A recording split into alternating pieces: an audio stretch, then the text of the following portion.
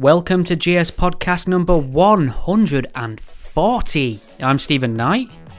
How you doing? Good. Glad to hear it. Excellent guest. A return guest to the show this week, actually. Sir Jamie of House Kilstein will be talking to me. Sorry, I think I'm still in the Game of Thrones headspace. Don't know if anyone else watched that. It was, it's fucking shit, wasn't it? Really, one of the biggest disappointments of my life, I think. Investing the time and effort into that show. I didn't even download it illegally either. I was one of these people who was like, you know what, I'm going to pay for that. I know quality where I see it. Hats off to HBO. Could have just torrented the shit out of it, but no. Paid for it. Paid for it like a mug. Sorry, I'm a little bit emotional still. Jamie Kilstein back on. Great fun. Love speaking to him. Cover a whole host of topics. Creativity, online shame culture. We talk a little bit about Sam Harris, a little bit about Owen Jones, political tribalism. We even get stuck into movies with a special honourable mention to Avengers Endgame in the context of woke representation in movies. Jamie's got a new podcast out. He talks politics on it. It's called The Jamie Kilstein Show. And I think he's doing something really interesting. He's having contentious issues. He's inviting on ex-Muslims as well, which is something I'm always really happy to see. I'm really happy to have him back. He's definitely have a look. Have a listen even to his new show. Consider supporting him. Special thanks to those people who, a handful of people have now started to support me on Patreon after I threatened you. I literally threatened you. I've spent hundreds of episodes politely asking people to chip in and contribute to the show. The one time I threaten you, like literally threaten you, and a handful of people start supporting me. So basically, I think I'm gonna do this going forward now. If you don't support me, I'm not going to say you'll get hurt. I'm not going to say that. Oh shit, you can't see me winking on audio, can you? Never mind. Yeah, no, appreciate it. If you want to support the podcast, you can do so by visiting gspellchecker.com/support. I've been mega busy these last few weeks. I recorded this show a couple of weeks ago, actually. I've got another one in the can that I need to release, which I think I'll release early for you wonderful Patreon supporters. What have I been up to? So I went to the National Secular Society Secularism 2019 conference, and I can't believe I got that whole sentence out first time. And it was great. I'm so lucky that I get to be in a room with a lot of these courageous activists. I was especially pleased to see Saif Ul-Malook get the Secularist of the Year award. What a courageous, lovely man. He was the man who represented Asia Bibi, the woman on death row in Pakistan, for blasphemy, quote-unquote blasphemy, and defended her, risking life and limb. This is true courage. So he's a personal hero of mine. I'm so pleased to have got to see him. I was there as in the capacity of photographer. So I got loads of pictures. I've shared many of them online. I think the National Secular Society will probably put some out too. I do know the event was being filmed by another gentleman, so as soon as that's ready, I'll be sure to send it your way. What else? Oh, I returned to Gervais's Deadly Serious on Monday. Did 2 episodes there. One with Daniel Sloss, who's been on this show. Really funny. Really enjoyed speaking to him. And Doc Brown, who I've never spoken to before, who was just brilliant. Blew me away with a lot of his insights. So I'm looking forward to them coming out too, and I shall point you in their direction. And then I'm off to Mexico on Saturday. So, I think last time I went, didn't mention it. I just didn't tweet for a few days, and a few people thought I may have been killed. So apologies for scaring anyone. I'll make sure that I send a tweet or something.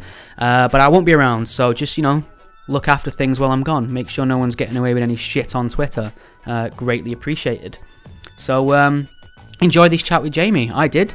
Make sure you follow him on Twitter. Send him some love. Send him some kind words. You can find him at Jamie Kilstein. Kilstein.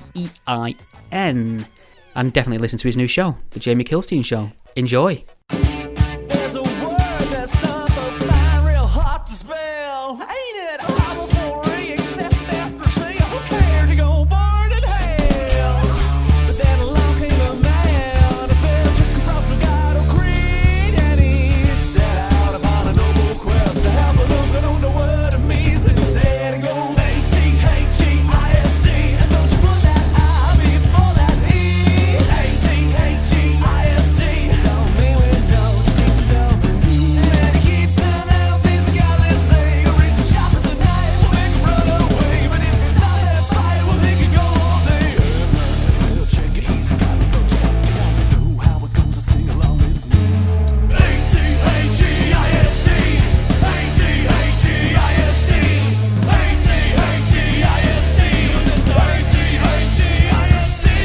it's a great pleasure to welcome the return of Jamie Kilstein. Jamie, how are you? Hi, buddy. Let's just carry on saying hello as if we haven't just said hello off air and just pretend. I know. I started doing the episode because I missed you and I was catching up, and I'm promoting my show better off the air than I would on the air, and I was like, shut up, Jamie. It's really funny that because I often, whenever I dial a guest in, we can get carried away chatting for 20 minutes, and I've learned like not to let it get away from me. So you'll be saying something really interesting, and I'll have to say, but we need to start, and I should just hit play and keep running, really, shouldn't I? Totally. I've done that before. I've had like really great like writers over or something like that, and they're just telling me like this epic, like when I moved to LA and like I pulled up and Woody Allen was in my back seat, and I'm like, shut the fuck up, save that for the podcast. And then comedians and writers are so self-conscious that if they tell the story perfectly, I do this all the time. If I tell a story really well off air and then someone goes, hey, tell that story, I don't want to tell it the same way because I'll feel hacky. So then I'll just tell like a shittier, toned down version of that story that no one cares about and just disappoint everybody. What is that psychologically? Because I get this. I'll say something that's considered funny by my girlfriend or somebody around me, and then they'll instantly say, oh, tell them that joke you just told me. And I can't do it. It's not. And you automatically like shrivel up. Yeah, the momentum's gone from it. They're complimenting you, and you're like, no, it's going to be stupid. And then like everyone just looks confused and sad. For the longest time, I couldn't even take a compliment after a show. Like, someone would come up to me after the show and be like, hey, I really love the show. And automatically, I don't know if it's just like the dad issues in me or what, I would be like, yeah, but that like new joke in the middle didn't work. And you would just see like the joy leave their face as you're telling them why they're wrong for not liking you. And it's like, yeah, I don't know what's wrong with us. I mean, I like to tell myself that creative people or artistic people also, you know, we're not really the cockiest bunch in the world. And, you know, I'm like, maybe that's what comes with it. Maybe the self-deprecation and the quest to be a better person than we think we are. Maybe that's where the creativity comes from. Yeah, but other times I'm like, I'm just a piece of shit. I don't know. That's the thing, though. I think there's a kind of imposter syndrome about this kind of thing, which can be helpful in the sense that it can prevent you from really putting your foot in your mouth. You might have a bit of self-doubt to, you know, not be the loudest one shouting, but then again, it can probably hold you back when maybe you are bang on the money. That's a really good point. I know we're supposed to talk about politics, but this is like, I've been thinking about this so much recently for a couple reasons. One, my girlfriend is, we moved in together and we're actually going to leave LA, and she's going to come on full time to work on the podcast. So we're going to be doing it together, which is awesome. And she's had this 9-to-5 job forever, that she is very mediocre about. And, you know, there's no passion or purpose. It's just kind of what the majority of human beings do. And she just sort of, she's the funniest, weirdest, like she wears, like, I probably shouldn't say this, but like Harry Potter shorts to bed. Like she's so creative and funny and weird. And she just sort of accepted she has like this guilt about leaving, that she's over now, but she's just kind of like, this is what you do. And like you dumb down your personality and you go into a office that doesn't really understand you, and you drink to make the time go by, and you sort of socialize with people that maybe you wouldn't outside of, you know, the office, because like that's how you survive, and you kind of sustain yourself on gossip and the falling down of others. And it's just really sad thing that we accept, where when you tell people like, no, you can be creative, you can like do something you like, it's almost like, yeah, it's like a Stockholm syndrome where they feel bad and they have to like return to their captors. And then the other thing I've been thinking about, because I used to teach like jujitsu and mixed martial arts and stuff, and what I would always tell people is you need a mix of like a comedian's self-hatred and then like a Kanye West swagger. I think that's the sweet spot where you can say, I'm doing important enough work that I know I have to go out there and like kick ass, but then like you said, have that self-doubt and that willingness to re-examine your beliefs where you can constantly be evolving. I unfortunately think the majority of artists land where me and you do, and there's more self-deprecation. Once in a blue moon, we'll get this Kanye confidence surge, knock out a bunch of shit, and then the rest of the year, you know, we're back to kind of hibernating in sadness. Yeah, I think also the 9 to 5 thing in a sense can be almost a safety blanket. You know, you get your paid holidays, you get a regular income coming in, and it's another double-edged sword. You kind of put yourself in an uncomfortable position where you've walked out of your job, and I think it can make you more creative in a sense because you have to be. But on the plus side, you can go poor and die on the street. So yeah. Well, and that's the thing. And I would never judge people. You know, the reason I brought up my girlfriend confidently, not in like a bad mouthing way, is just because she has realized in this last couple months that she is really creative and that she is better than that. And I think the key is a lot of people are really happy with their 9 to 5. And I would never be the artist that's like, everybody needs to quit their job so they can paint.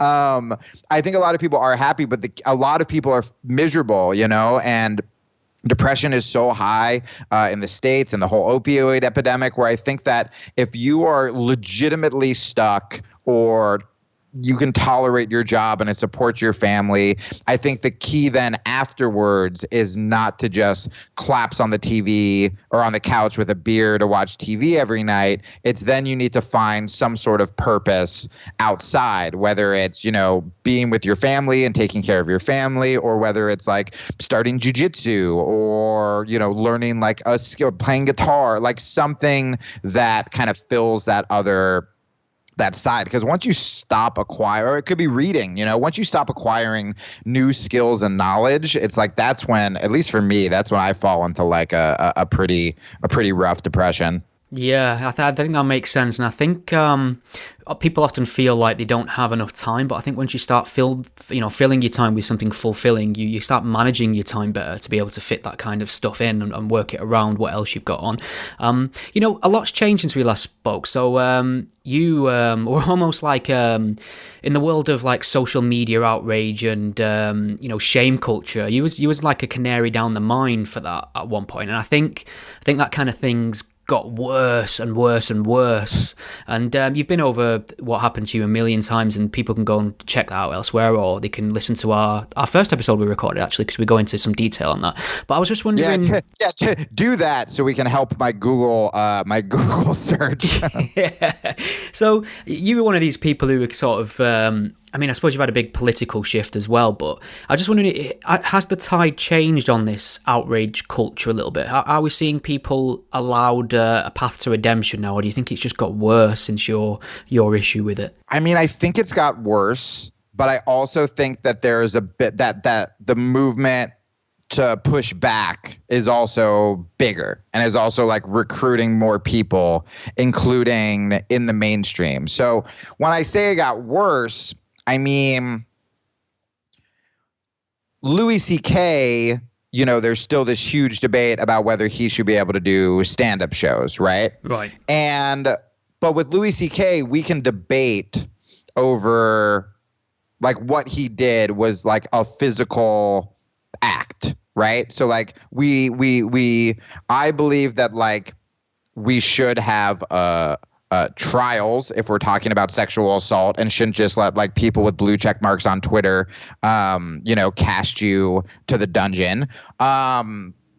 But I also believe, I mean, what's really ironic is the left, and part of what attracted me to the left is really helping people in these paths to redemption. And people on the left always talk about like we need prison reform. We have all these nonviolent drug offenders that are doing all this time, and even murderers. Like, we're against the death penalty. We want prison to be an actual place for rehab, not just torturing people for 30 to 50 years and sending them on the streets with no job qualifications, where they will probably return to a life of crime. However, if a comedian, says a bad word on stage, or had a bad date like Aziz did, then we suddenly, for some reason, don't want them to work ever again. Yeah. So I think that's really ironic. But what's gotten worse is like, okay, so Louis C.K., there's like a legitimate debate, right, about like what he did. But now we're seeing that like Kevin Hart can't host the Oscars because he made a tweet 10 years ago that was like a bad gay joke, even though he says very clearly that he is not homophobic. Yeah, did he? I think he apologized as well, didn't he? I think that has to be a big part of it. If you've made a transgression, if these apologize.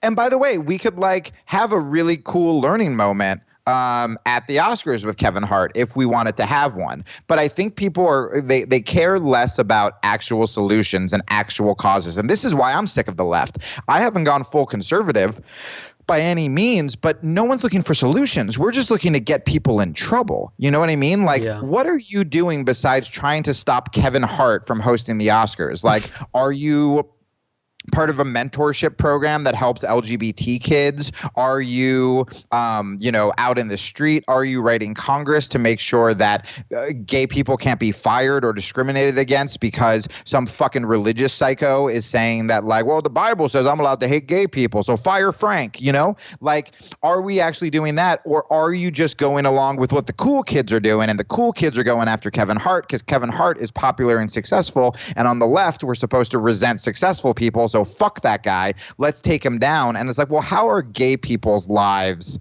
better for doing that? So I think that shaming is still as exciting, and we're starting to lower the bar. I mean, the worst one, and this is a little dated, but to me, the worst one, I'm a really big fan of Mark Duplass. He's the indie filmmaker and was on The League, and he's just a really intelligent, thoughtful, smart guy, family guy. I've listened to so many of his interviews on podcasts and television and speeches he's given about changing the industry, the film industry. And he one time said, I don't agree with Ben Shapiro, but, he's a thoughtful guy, and maybe we need to start talking to people who disagree with us. Burn him. And dude, yeah, he got shamed like him and Ben Shapiro were caught like on video just running around like kicking trans people in the stomach. Like, it was fucking insane. And he apologized. Yes. He went back and apologized because he is very in the like Los Angeles bubble. Kevin Hart didn't give a fuck. I mean, he stepped down from the Oscars, but he was going on press and was like, I'm not talking about this anymore. I've already talked about it. Ask me another question. And like, he like held his own, which was awesome. Mark Duplass, I think a little more kind of like Los Angeles white guilt. Yeah. But it was really brutal, man. I mean, since we talked, I wrote a piece for Quillette, my first kind of like piece that I wrote, and it blew up. Like, Sam Harris posted it, Rogan posted it, Jordan Peterson. I'm only name dropping because I'm about to say very bad things about myself. If I'm ever talking good about myself, it means something tragic is coming. So all these like Ben Shapiro fucking retweeted it. Like, all these big people retweeted it. And the piece was, after John McCain died, it was about how I would have used to be the person who was trying to be the hipster on Twitter, where instead of being like, rest in peace, John McCain, I'd be like, you guys are all fucking idiots. He was a war criminal, like blah, blah, blah, to get my Twitter points on the woke left. But because now I follow a lot of conservatives and moderates as well, I actually saw what his daughter wrote. And I've trashed his daughter too. But I saw what his daughter wrote, and I saw both of them as a human. She wrote this really touching, heartbreaking post about losing her father and losing her hero, and it like choked me up. And I was like, right, he's still a man who died. She's still a daughter who is grieving for her dad. And I felt really bad for the person I used to be. And I saw a lot of my lefty friends kind of attacking him as well. And like, look, there is a place for that, right? Like, we loved when Christopher Hitchens did that, when like fucking Jerry Falwell died. And like, I get it, but I was more just reflecting on who I was as a person. And then later on in that piece, I told a story about, going on Ben Shapiro's network and being so surprised that these people were nice. I mean, it was comical, dude. There were like gay people and Latino women. And if anyone doesn't know Ben Shapiro, just like as conservative as you can get, he has a conservative network called The Daily Wire. And, it was cartoonish to the point. I remember the host came into makeup to introduce himself to me, and he was like, hey, do you like like Norm Macdonald. And I was like, you like comedy? Like conservatives like to laugh? And then this like Latina producer walked in, and I was like waiting for her to like blink some kind of Morse code that she needs to be like rescued, but like she was wonderful. And then someone came in and presented it, like a fan presented like a gift to him, and it was like an oil painting of like him and his wife on like their wedding day. And they were just like wonderful people that I disagree with very strongly. And so that's what the piece was about. It was this really tame piece where we're not going to actually have solutions if they're calling us all anarchists and we're calling them all Nazis, and you can find middle ground, right? Literally the fucking tamest piece I've ever written in my life. And I was immediately called alt-right for writing that piece. I was called transphobic by a verified journalist. I don't mention trans people in that article, but I was getting dragged because I wrote a piece for a website that has had things that they deem transphobic or right-wing or whatever, even though Quillette is pretty much like classical liberals who are kind of sick of the ultra PC left. But I'm like, fuck, dude. Like, if you're getting called transphobic for writing a piece that isn't about trans people, we're kind of fucked. But I also think because of things like that, they're making themselves look more and more ridiculous. So then the pushback will be bigger, and it's going to get to a point where people don't take it seriously at all, which then, of course, is going to hurt the left, because now we're not going to take actual sexual assault, actual predators, actual homophobia, actual problems as seriously. Yeah, and there doesn't seem to be any comparable consequences for somebody who sort of falsely weaponizes a term for like such as transphobe or racist or bigot. You can kind of throw that around all you want, and it does stick even when it's not true. People found to be doing it falsely. There doesn't seem to be any repercussions or consequences for them using these very important terms, really. Yeah, and it is enough to torpedo your fucking career. Like my thing, very in short, was like I was in a failing marriage and had very consensual one-night stands and stuff like that. But because I was this like ultra preachy feminist guy, it got turned into like sleeping with fans is predatory or like just like insane stuff. And again, there's much more detail. I'm not like hiding anything, but like people can say, like I talked about it on Rogan's, I talked about it on your show. But that's like the log line, like nothing accused, no groping, no drunk stuff, like nothing. But you see the word predator. I mean, I've had a ton of people in the industry. I've had famous people. I've had women who spoke at the Women's March who were like, yo, what happened to you is fucked up. I'm so sorry. It's bad for women, all this stuff. But like publicly, it's kind of like, are you going to hire me? and that's a little trickier. I mean, obviously people, in the more centrist world don't give a shit, and if anything, they'll use me as an example of like the left going crazy. But that doesn't really help. And it's really, I mean, dude, I had I'm with the girl that I'm going to marry, that I'm going to start a family with. And she was so excited to tell her parents about me. And like they Googled it. They Googled me because she didn't even think about it, because she knows what happened to me was ridiculous and she knows who I am as a person. So she like was like, yeah, his name's Jamie Kilstein. He's a comedian. Like she was so excited. And then suddenly like they go to my Wikipedia and it's not even accurate in Wikipedia, where it's just like was accused of, like predatory behavior. And it's like, that sounds like I'm a stalker. Or the word abuse sounds like you hit someone or you sexually assaulted someone. And not that I like broke up with someone or that I cheated once, like these are really scary things. And like you said, like Islamophobe is a really fucking scary, damning term. And you have someone like Yasmin Mohammed, who I just interviewed for my podcast, who's called an Islamophobe. And it's like, hey, white lady, calling her an Islamophobe. This woman was like forcibly married to a fucking terrorist. And she's trying to like stop little girls from getting their clits cut off while like you're wearing a hijab with all your fucking white friends in Park Slope, Brooklyn outside the co-op to show that you're like a good white lady ally. And you're calling this like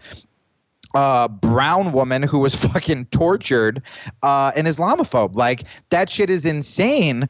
But I got me, like even where I'm at now, I was like, should I interview Yasmin? Am I going to be called an Islamophobe? Is she Islamophobic? This is a which problem, insane. isn't it? Because there seems to be a war of reputation destroying, basically. So, for instance, take someone like Sam Harris. So I followed the output of Sam Harris since way back, since the end of Faith. And so I know his work, so I can see instinctively when people are misrepresenting it because I'm familiar with it. I've put the time in, I know his views, and I know specifically which parts are the most likely to get misrepresented by less than honest critics. So I'm still okay with Sam. I'd still associate with him. I'd still have him on my podcast. I'd still go to see him. I'd still recommend his stuff.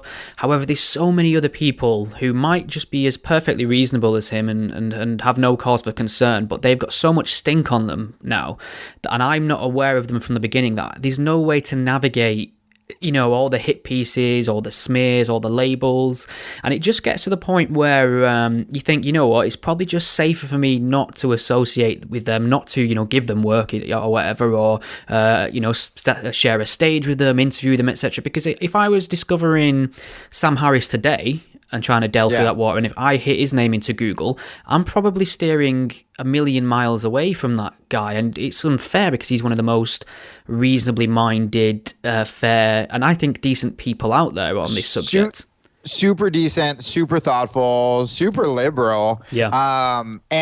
So I can actually add to that from personal experience because I was a huge fan of Sam. I found Sam when I sort of first discovered secularism, or, I was criticizing religion a lot in my stand-up. And I actually found Sam before I found Dawkins or Hitchens, because I wasn't really like an intellectual. I was just a comic who was like, fuck the church, gay people rule, And I really liked Sam because I really liked Sam because he was kind of like a younger, funnier, more digestible version of a lot of the older sort of secular academics or whatever.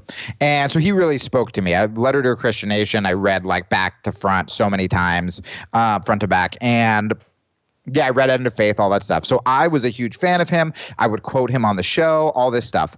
And then as our show just got more and more progressive, we just started to get emails that straight up were like, that guy wants to torture Muslims. He's a bigot, all this stuff. And I didn't even really do the research. I just sort of was like, oh, I guess I'm not allowed to quote him anymore. And same with Jordan Peterson. Like if I say nowadays, Jordan Peterson said this really great thing about making your bed. And they're just like, why do you hate women? And it's like, what? I was talking about making your bed. And so then with Sam, I just stopped reading him and I stopped listening to his podcast, which is like, again, super thoughtful. I was like, this is bad. And when I finally kind of left that area, I found, because Sam and I corresponded for a while, and I found this. I wrote back to him and I was like, hey, we should podcast. Like, I've kind of changed my views and I think I probably said some bad stuff about you. And he Googled and sent back. He was like, yep, the last thing you said about me. And it was like some Facebook post where I was like, yeah, well, Sam Harris is racist. Like no context, no anything. Just me saying Sam Harris is racist. And it's like, this was a guy I used to really look up to. But when you're on that side and it's just being like, scream down your throat that this guy's bad, you're like, well, all right, I guess I gotta fucking say something about this guy being bad. And that's why Sam posted this Quillette article that I wrote. He was like, it's good to see Jamie turn around, because Sam was one of the people I would go after. But thinking about him specifically, where it's like, this wasn't just a random guy I didn't know that I went after. This was a guy that really helped clarify my thoughts on a lot of important issues that I really looked up to, that I wanted to work with, that I admired. And when someone goes, but that guy's bad, you, especially me, because I'm not the most confident guy in the world, suddenly I feel like a piece of shit. So I feel like a piece of shit where I'm like, oh, well, I guess he's racist and I'm not really one to argue because like I'm a white guy. So fuck, I feel bad. And it's like, well, how can I make up for feeling bad. It's like, I guess I'll post that Sam Harris is a piece of shit. And now we have this like wonderful ally in Sam Harris who I don't agree with everything he says, but he's very rational. He's very thoughtful. He's changed his mind publicly. And he's also a really intelligent liberal that we could use on the American left. And now you're just kind of casting him aside entirely instead of, by the way, having really important conversations about him or about the issues, like talking about how do we criticize Islam without being racist? How do we purge the racists from the atheist community? How do we, you know what I mean? Like there are a lot of really important conversations we can have, but the left is refusing. Yeah, I agree with that. I mean, I don't 100% agree with everything Harris says either, but I'm 100% sure that he's trying to get at the truth, whether he makes it there or not. I think there's some people who just kind of look for villains, and then there are people like Sam who just looks for what is true. I mean, it might be worth talking about your show at the moment because it's kind of changed its focus. It's very politically driven now. It's still funny, of course. The Jamie Kilstein podcast. Maybe you can tell me about what your focus is on that now. How would you describe it to people who haven't heard it? Yeah, so I mean, I should just promote it, but to get oddly personal, because I think it's your soothing accent that puts me at ease. I avoided talking about politics again because of what happened to me.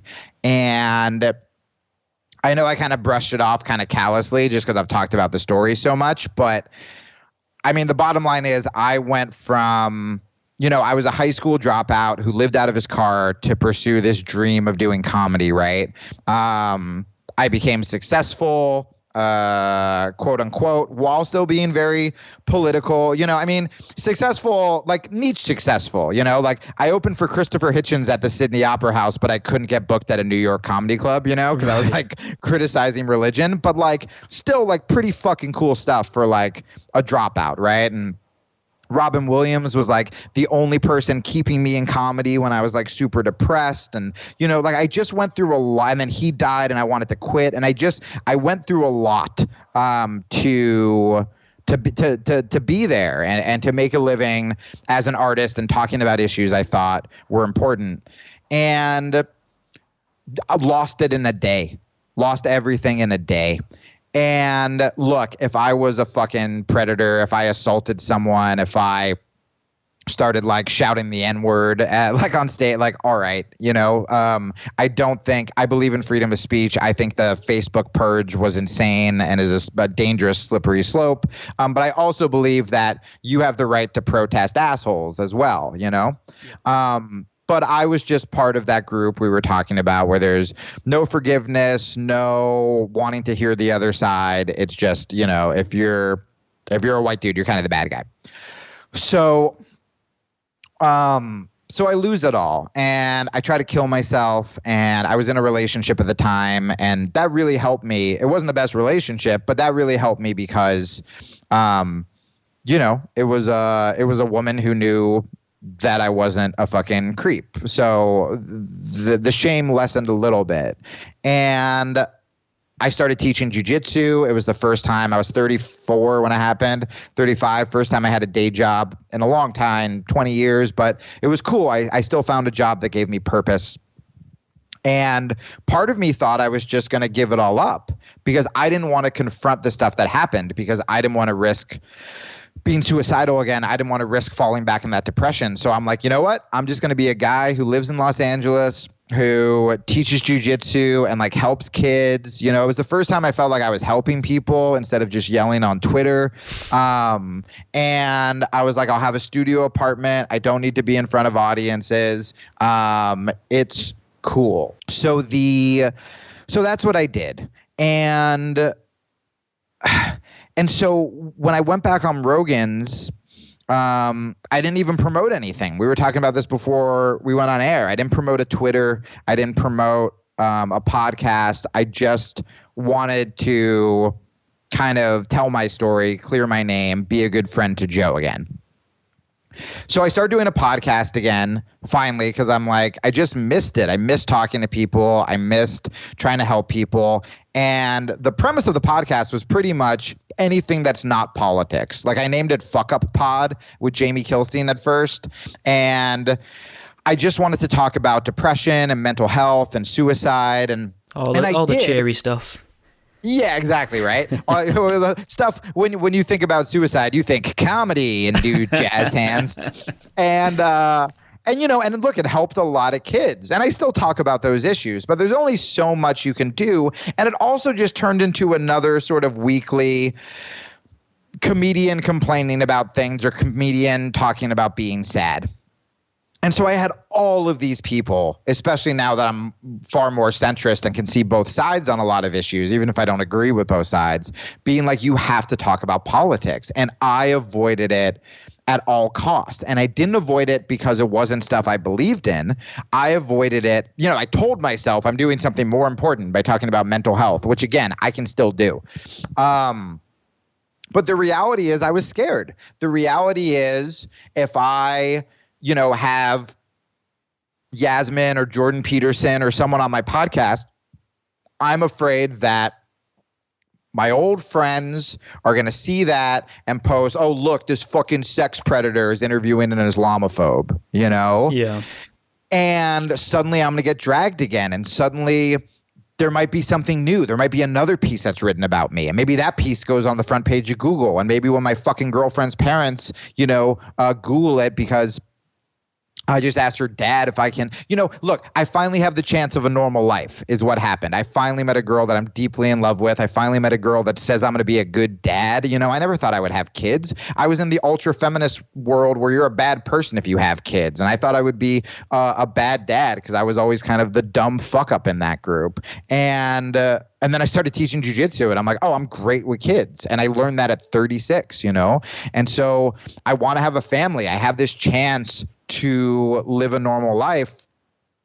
And it literally, and I probably said on your show, I probably gave a really long, thought out bullshit speech about why it's more important to not talk about politics because I'm good at convincing myself things that are untrue. And the bottom line is I'm like, there are no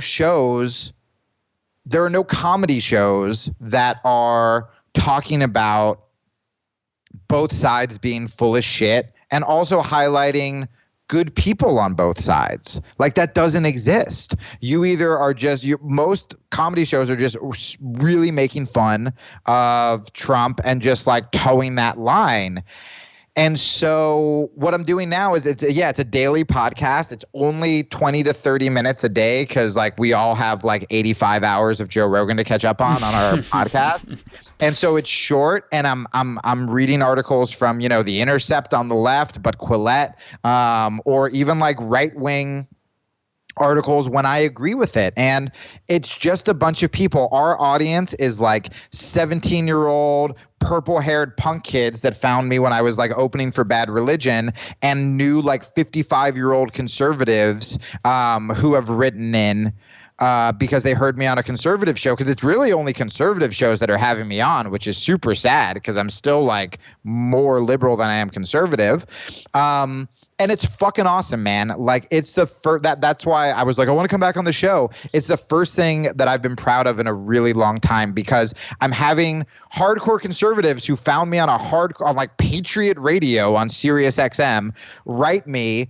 And they're like, hey, I'm conservative, but like, just so you know, like I'm like very pro gay rights, which obviously anytime I heard the word conservative, I'm just like, you're a homophobic Nazi. And then I have liberals writing in that are like, I'm super left, I'm against the war, but also like I've gotten shit when I've criticized Islam. So I'm like trying to be quiet about that. And I'm just seeing through my email box alone, and the show's only a month old, but it's going up by the thousands every week, that there are so many people who have these gray area beliefs.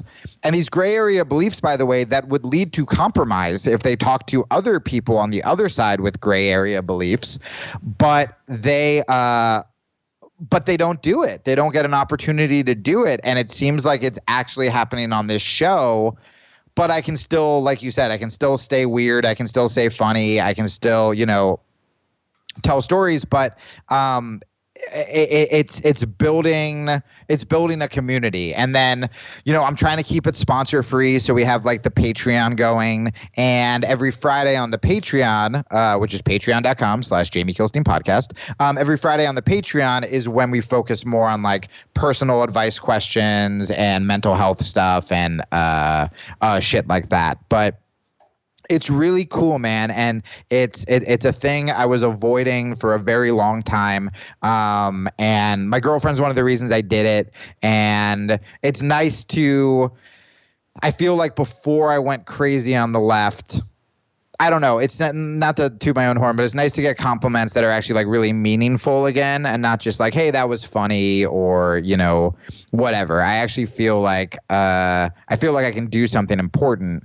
Again, I'm just trying to make sure that I don't spiral. Like, I know I will get far more listeners if I become the centrist version of who I was before, and make that Quillette piece kind of hypocritical, where if I start trashing people on Twitter again, and I'm really, as much as the money would be nice, I'm really trying not to do that, and just to be like, I know this show would get far more popular far faster if I was a cunt and if I just started like screaming at people, but I'm really attempting to do something, I don't know, decent, where it can still be funny, and we're still going to make fun of the bullies on both sides and shit like that. But I'm so much more interested in people talking about the show positively, instead of like, hey, did you see Jamie got like blocked by another journalist because he was like harassing the shit out of him while he was on vacation with his kids? I'm like, I don't want to do that. I would rather live like a happy, healthy life, which is one of the reasons I'm leaving Los Angeles, than deal with that. Yeah, no, that makes sense. And I think there's, there are ways to kind of exploit the market and see what's hot right now and try and lean towards that with your concept. I in all consciousness, I don't think I'm capable. I always have to be doing what's interesting me, and what tends to interest me most is the alternative conversation. Not necessarily because I agree with it, it's just because that's not the conversation we get to hear often. It's all very good and well, making all this content saying I hate bigotry, I hate racism. I know that, and most people know that. It's not interesting to me. What's interesting are the little grey areas in between of consequential discussions on philosophy and politics that aren't being had, and Islam certainly falls into that category. So you've interviewed Yasmin Mohammed's also a friend of the show, ex-Muslim. Ex-Muslims are where I found out that this Islamophobia industry was all bullshit, really, because I used to get called, racist, white supremacist for my views on Islam. Then as soon as a sort of non-white ex-Muslim was having the same opinions, they'd get shouted down with things like Uncle Tom, House Negro, all these horrible, disgusting terms. It's just another way to try and marginalize their voice. Have you aired your episode with Yasmin yet? Well, real quick, I was under the impression this was a white supremacist show, so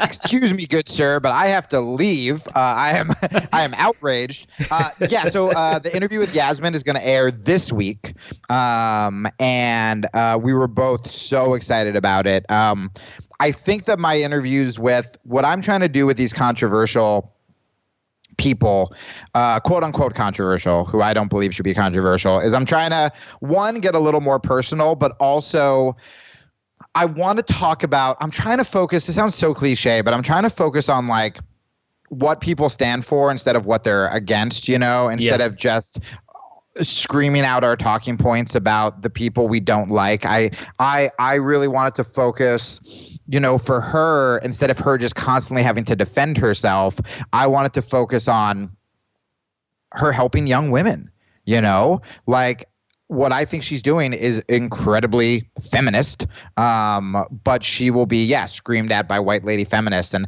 I try to interview these people like they're talking to a room full of little Noam Chomskys. I want the left to understand what she is doing and why it helps women, as opposed to just her having to be like, I'm not a bigot, the left is dumb. Obviously we'll bond on things like that because we've both been dragged by those people. But I think that, that's far more interesting. And the thing that broke my heart is, so the Yasmin episode airs this week.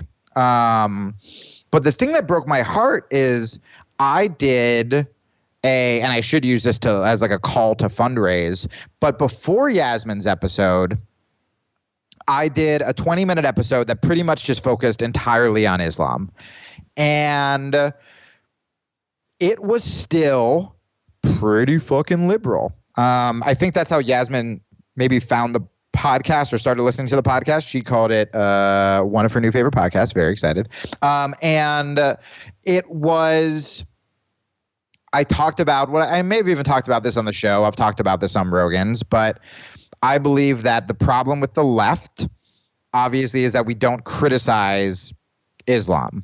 But, and we could do a whole show on that. I'm sure you've talked about that to death.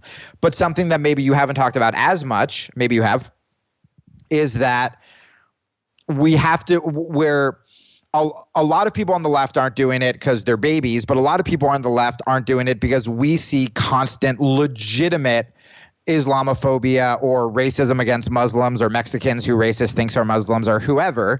And we don't want to be part of that. And also something I believe in is I believe that America's foreign policy and bombing the shit out of Islamic countries that didn't attack us is harmful if you want to get rid of extremist Muslims, and will turn moderates into extremists. And we saw this with some of the 9/11 hijackers, where that's not really the best recruiting tool, is like killing someone's kids and be like, yeah, the West, you know? And so I talked about all these issues. I went in depth on the left about how I am still anti-war, about how we have to find a way to get rid of bigotry when it comes to just like moderate Muslims, when it comes to fucking agnostic brown people, that you don't want to start criticizing Islam so much to the point where all of your fans are like a bunch of fucking bigots, you know? That's happened to me before, where I have really great, wonderful fans, but every once in a while, you'll get someone who's like, hey, man, I heard you on Rogan, like, really brave what you're doing. And you're like, oh, thanks so much. And they're like, we got to fucking get rid of these whores, right? And you're like, nope, you're not on my team. And I'm sure you've had that before. Yeah, I'm sure you've had like, hey, really brave work. And it's like, these fucking brown people. And you're like, fuck, dude, no, like, that's not who I am. So I talked so much about that. There were so many liberal talking points. But then the other half of the show focused on why we're not talking about the horrible human rights abuses that are happening to women and gay people when it has to do with Islam. Why, when there is a terrorist attack, are we pretending that Islam doesn't have to do with it, and that we should criticize fucking the church when they're raping kids, and we should criticize fucking Islam when they're blowing shit up? And what I really pride myself on, besides trying to be funny about these horrible issues, is being nuanced about it and being like, this is why the left believes this. This is why the right believes this. What can we do? And dude, I lost $100 a month on the Patreon for that episode. Wow. And that was really heartbreaking. And it was especially heartbreaking for me as a liberal because, you know, it's still pretty fucking liberal. And I would have never thought that I'd have a bunch of open-minded conservatives. I didn't even know that was a phrase. Donating to the show when they disagree, listening to the show more because they want to hear the other side. And the people who for decades I said were the open-minded ones are taking their shit and going home. I posted on my Facebook, because it won't let you promote shit on Facebook, as I'm sure you know. So I just wrote a question that day where I said, do you think the left is too easy on Islam or lets Islam off the hook when it comes to homophobia and sexism? Question mark. I didn't say in parentheses, the answer is yes. I said question mark.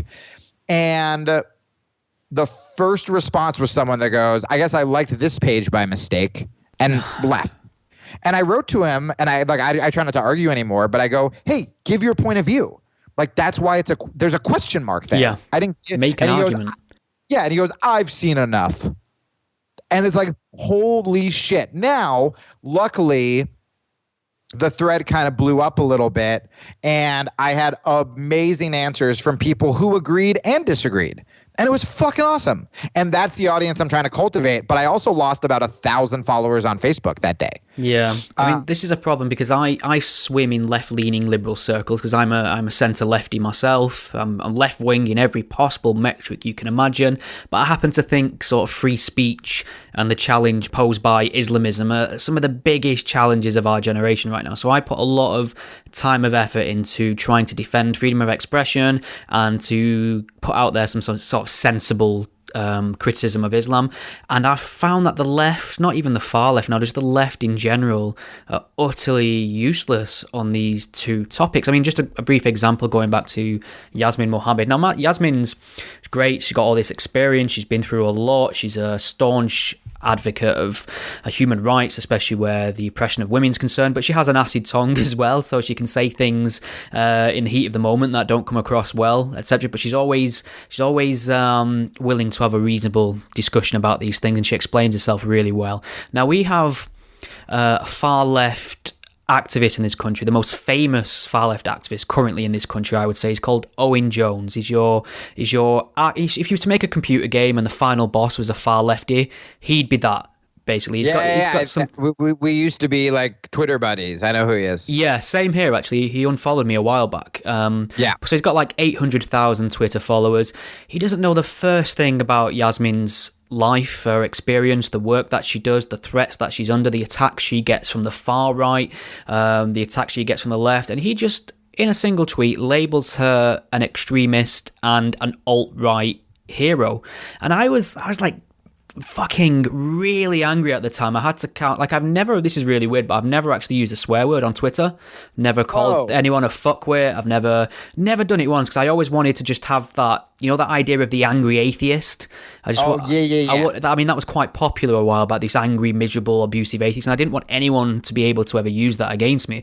That's so funny and sad at the same time. Yeah, that's hilarious. Yeah, I agree. Totally. I get it. So I was ready to, I must have composed about 4 tweets with the word cunt in them before I changed my mind and just went with something. But I mean, that kind of thing makes me angry about this person who's on the far left, who should be a natural ally to someone like Yasmin, can just throw her under the bus to hundreds of thousands of people in a single tweet without any cost to himself. Well, and that's kind of what I'm excited about when I do these interviews, is because I've been removed for so long, I don't know any of the Yasmin slips of the tongue.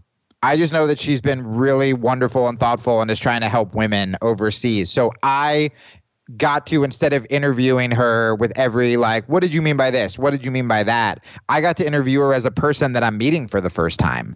And my goal in these interviews is really to look for the positive and to kind of circle back to something we were talking about earlier, / why I really like you is, and why I'm really, even if your fans don't listen to my podcast, I am thrilled that they have stuck around to support you, is what we are trying to do is not fucking marketable. We are getting shit from both sides. We are equally hated by both sides. Like, I changed my Twitter bio and it just says like alt-right liberal cuck or something like that. And it's really hard. And, for me, I don't know if I was talking about this publicly when I did your show last, but like when I was sleeping on a couch, so I went from like a bougie, rich lifestyle in Brooklyn to sleeping on a couch in Los Angeles. When I was sleeping on a couch, I got offers to go like kind of full conservative and to write that book. And that money would help me now. I mean, I'm only now just picking myself back up. And especially now that I want to like start a fucking family, I'm like, I got a long way to go. And both me and you, who still run in left-wing circles or center-left circles or whatever, at least with our friends, like I said, none of them are having me on their fucking shows. It would be really easy to write the book that's like why I left the left and the right is right, and make like $100,000 advance and fucking get my show on Fox News and shit like that. And I just can't do it. And I know you just can't do it either. And it is fucking hard, man. It's so frustrating because that kind of sellout behavior would be rewarded. And I had nights at my lowest where I just sat up all night watching like conservative media being like, I can do this, right? And I don't. There's some stuff on the right I really like, and there's some stuff on the left. Most stuff on the left I really like, even if I don't like the tactics they go about. and I couldn't do it. And I feel like there is it's way slower to grow, but there really is a movement of people on both sides that are just sick of their extreme leaders on Twitter, that are gonna start finding shows like yours and mine and places like Quillette and start reading things that they disagree with. I mean, fuck, dude, I just got an email. I'm having David Frum on the show. Oh, cool. And that guy, I mean, he used to block me on Twitter. Like, I've called him a war criminal. And like, that's an opener, isn't it? Yeah. And here's the thing. I'm going to have to bring up the access of evil speech. Like, I'm going to have to. I can't just ignore it. Yeah. But the question is, how can I bring it up in a different way? How can I bring it up maybe even in a compassionate way? How can I get him to say something about what he learned from it instead of just automatically, I don't know. And sometimes just documenting someone's view for the benefit of others is a worthy endeavor, just so other people can get their ears on it. And then I try and treat my audience as if they've got enough intelligence to work out for themselves what to make of someone's opinion. Do you know what I mean? Yeah. Well, here's what's cool about to give Frum credit as well is the reason that interview is happening is I spoke at a Quillette event. And I saw he was in the audience, and I had a couple lines about the war in Iraq and about how many people died. Like, I think the line, one of the lines, it was going after Hillary Clinton, to be fair, but I was talking about, how the left says you can't criticize women, or if you criticize Hillary Clinton, you're sexist. And I think the line was like, Hillary Clinton supported a war that killed like thousands of women. Like, first rule of feminism, don't kill all the women. But I'm like, do I say that joke in front of one of the, I guess you could even say, architects of the fucking Iraq war? And then that business thing kicks in where I go, well, is this my new audience? Is my new audience kind of right wing? Did my new audience, if I say this line in the Iraq war, will I not have David Frum on my podcast? If I want a more conservative podcast, is that how I'm going to make a living? Is that how I'm going to be able to afford to have a kid? And I just go, fuck it. I have to stay true to what I am. And there's enough. Just fuck it. I don't care. And he saw it, and he's doing my podcast. That's cool. And like, that's a big deal on his part. He wrote this new book about Trump, and that's going to be a really interesting conversation, going from George Bush to being anti-Trump. And like, that's a conversation I want to have. So I really do think like what you're doing is important, what I'm trying to do. But it is, the reason it's so important to get support is because it's fucking, like I said, man, one nuanced episode about Islam, $100 a month. And that's a lot for me. That's a lot for someone who's climbing back from zero, Yeah.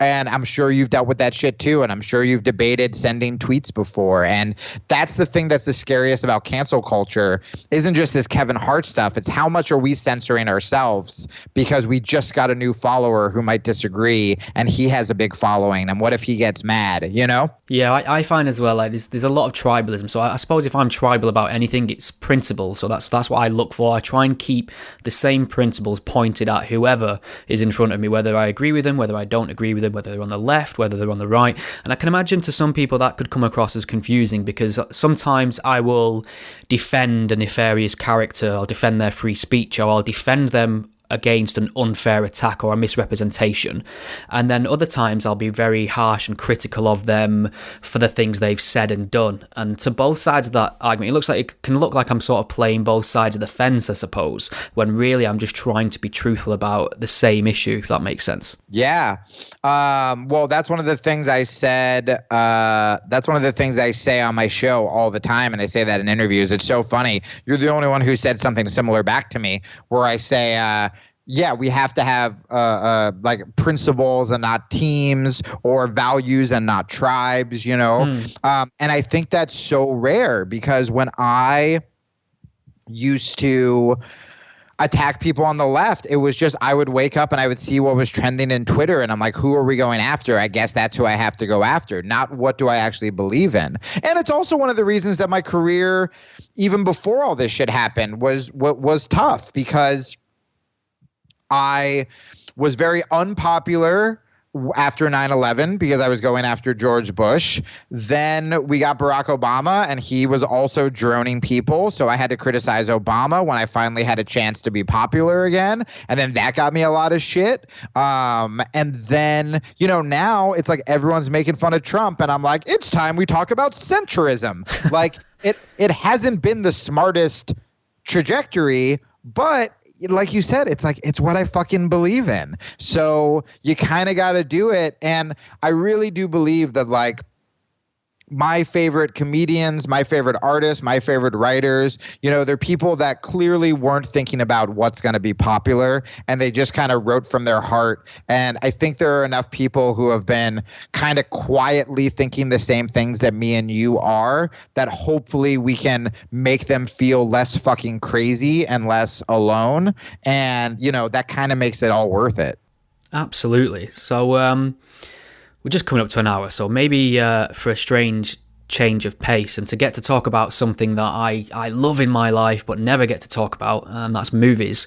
Yes. In one of your intros to your podcast, you sort of alluded to wokeness and how that's kind of seeping its way into movies, with specific reference to the new Avengers movie, which I've seen, and I kind of have a few minor gripes with it in that area. I was just wondering, have you put that episode out yet? Have you shared your thoughts on this? Yeah, I didn't want to give spoilers. I mean, I love the movie, and I'm definitely one of those people that I'm kind of like the naive, like, I just want to have fun in movies. Like, I don't look to hate it. Like, I had an ex who, like, every time we would leave the movie, I'd be like, that was fun because the car went boom, boom. And she was like, here are all the problems with it. And I was like, fuck.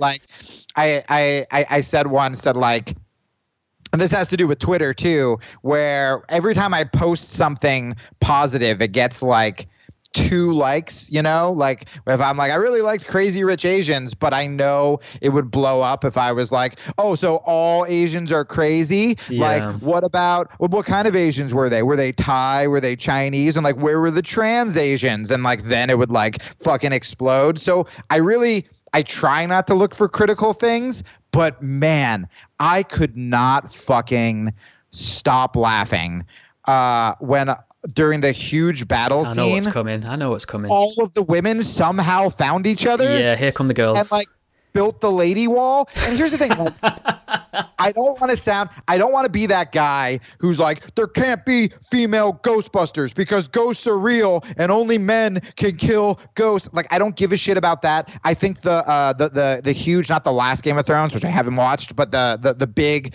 White Walker battle Game of Thrones, that was very like, women were being heroes, but women were being heroes because it like made sense in the story. Yeah, we'd had a 7-season character development build up to that moment, so that made perfect sense. Has been fucking training and like stealing faces. Yeah, like it makes sense. Like, so that I was like totally applauding. Like, it didn't seem like it was for like points. And even some of the stuff in the Avengers where it's like they're handing over power to more like people of color and women, and like, I like Black Panther, blah blah blah. How did those fucking ladies all find each other in the goddamn like Lord of the Rings size battle? And it wasn't even like you needed their powers specifically to win that part of the fight. It wasn't like she has one power. It was just kind of like, we all have vaginas and fucking found each other, or we scented out each other like wolves. Yeah. It was so bizarre. It was shoehorned, wasn't it? And I didn't say anything because I was just like trying to enjoy it. And my girlfriend looked over at me and like rolled her eyes. My girlfriend did the same thing, exactly the same thing. Yes. She's not down for any of that bullshit either. Oh, that's so funny. And yeah, my girlfriend's like, she's just like sweet political is how I would classify her. Yeah. Where like she just wants to be nice, like she's not like on the super like right or something. Like, she's not looking for shit like that. And afterwards I was like, hey, that was fucking stupid, right? And she was like, uh-huh. And I was like, great. I mean, the funny thing is, in a weird sort of way, I mean, just spoiler alert. Actually, I think the spoilers for the movie officially lift today on the 6th. I think the filmmakers say it's okay to spoil the film from the 6th onwards. So we're talking Avengers Endgame. If you haven't seen it, spoiler alert, but there's a big battle at the end. And as you've just said, for no apparent reason whatsoever, every single female protagonist manages to come together in a single frame frame and do like a power walk towards the camera. It's only about a 2-3 second moment in the film, but it just felt incredibly forced. It felt like they were doing the girl power bit. And I suppose don't get me wrong, I'm not outraged about this. I'm not writing blogs. I'm not losing sleep. It amounted to about an eye roll, and that was it. Yeah. And then the other thing that was after the fact that when the during this like little minor support group scene, there was like a gay character, a gay guy. Yes. And I was like, oh, that was kind of cool. Like, I didn't think anything of it. I was like, neat. And I kind of liked that it was little and casual, where he just said something like, when I lost my husband, or something like that. Yeah. And then there were all these articles that were like, not good enough. Oh, yeah. Like, not enough gay representation. And it's like, but they were just, it was that or nothing. They were just trying to do a kind of decent, creative thing. They told millions and millions of people that gay relationships not only exist, but are perfectly normal, to the point where it can be a throwaway moment in a small scene. And I think that's the way you do it if you're going to make that kind of point. I mean, do they want, Captain Gay? Like, Super Rainbow Man? Now that you fucking said that, yeah. That's fucking exactly what I want is Captain Gay. Yes. That is 100% what I want. But yeah, and it's also like, and this is something I never used to believe, but it really, one of the things that's helped me the most with kind of listening to more conservatives is that kind of like toughness mentality and that pull yourself up by your bootstraps mentality. And I think that the reason the left disdains a lot of that is because oftentimes it's like a rich politician who was born to another rich politician telling a poor like black family to pull themselves up by their bootstraps, right? Yeah. It's like, oh, if only that black family was born to my dad, that'd be great. And that's a bummer. But I used to just wallow in self-pity and not do anything and expect people to help me or feel bad for me. And ever since I like toughened the fuck up and dealt with my shit and pulled myself up by my bootstraps, it's made my life a lot better. Now, does that mean that me as a straight white guy has it easier than a black person, a trans person, whatever? Oftentimes the answer is yes. But if we are constantly telling people that they are victims, that there's no point, oh, you were born a lady, you're fucked, instead of being like, hey, things are going to be a little harder for you, that means you have to fight harder and like kick ass, then it's like, that's empowering. That's what we want to do. And when you're going to write a gay character just because people are whining, or you're going to, you know what I mean? Like, it almost feels more patronizing. Like I said with Hillary Clinton, by not criticizing her, that's more patronizing. That's infantilizing one of the strongest politicians in the world because we're like, we can't offend her little lady feelings. Like, that's more sexist to me. Absolutely. Going back to that girl power scene from Avengers, I think it actually feeds into this victimhood narrative because Marvel's done quite well for female characters. They hold their own, they fight side by side. There's no real power hierarchy. They give as good as they get, and there's no distinction made there about it. But in the final battle at the end of the film, they took a moment to say, actually, women need to be segregated here and they need to have their special moment, because it almost made them seem like there was something less than the men in that sense, because it had to make a special point of them. And it was fine how it was. The sad others like gimpily like came together, and it's like, if all of the women get together, it'll almost be like one man. Like, yeah, you're totally right. It does, like. And again, compare that to the Arya Stark thing, where it was just really good writing, telling a story. The reaction can go the other way, can't it?